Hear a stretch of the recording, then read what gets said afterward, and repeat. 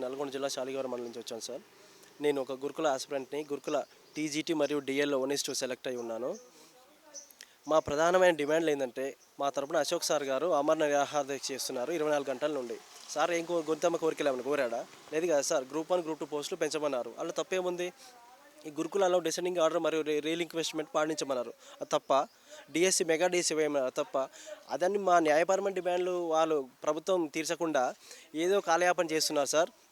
CM గారు, ఇది మంచి పద్ధతి కాదు. మా నిరుద్యోగులు మీ ప్రభుత్వాన్ని భుజాల మీద ఎత్తుకొని మరీ మీకు ఈ సీఎం సీటు అప్పగించారు. సో మాకు అనుకూలంగా న్యాయ ప్రకటన చేయాలని మేము తక్షణమే డిమాండ్ చేస్తున్నాం సార్. లేని పక్షంలో తెలంగాణ రాష్ట్ర వ్యాప్తంగా పెద్ద ఎత్తున ఉద్యమాలు చేయడానికి కూడా మేము వెనకాడబోం సార్. దయచేసి ఇది మా ప్రభుత్వం, ప్రజాప్రభుత్వంలో మేము నిరుద్యోగులం భాగస్వామ్యం కాదా? మరి మీరు వెంటనే స్పందించి మాకు అనుకూలంగా ప్రకటన చేయాలని దయచేసి వేడుకుంటున్నాం సార్. Thank you.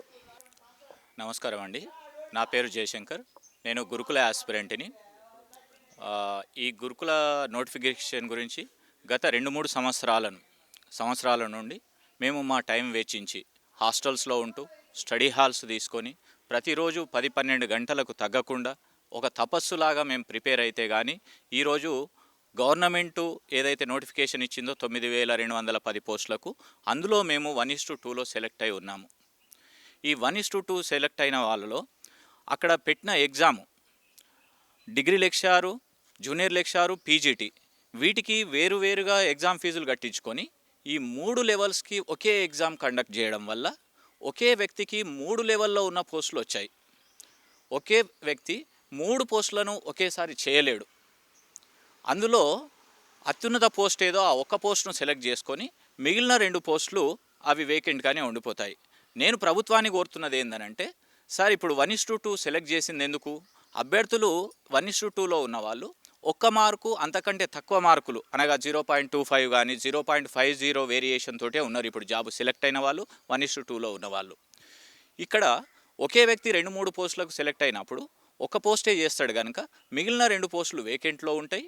ఈ 2 పోస్టుల్లో డౌన్ మెరిట్ స్టూడెంట్స్ ఎవరైతే ఉంటారో వాళ్ళను సెలెక్ట్ చేసి వాళ్ళకు న్యాయం చేయండి అని కోరుతున్నాము. ఈ ఏదైతే మా కోరిక ఉందో ఇది అసంబద్ధమైన కోరిక అయితే కాదు. ఇది ఖచ్చితంగా అమలు చేసి తీరాల్సిన కోరిక. అతి చిన్న విషయము. మీరు ఈ పోస్టులన్నీ బ్యాక్ లాగేసి మళ్ళీ నోటిఫికేషన్ ఇద్దామన్న స్వార్థానికి వెళ్ళకండి. మేము ఆల్రెడీ మా జీవితంలో చాలా భాగం దీనికోసం వెచ్చించి 1:2లోకి వచ్చినాం. దీని వెనకాల ఎంతో శ్రమ ఉంది. ఇంకొక విషయం ఏంటంటే, రిలిక్విష్మెంట్ అనే ఆప్షన్ను మీరు ఇమ్మీడియట్గా ఇంప్లిమెంట్ చేయండి.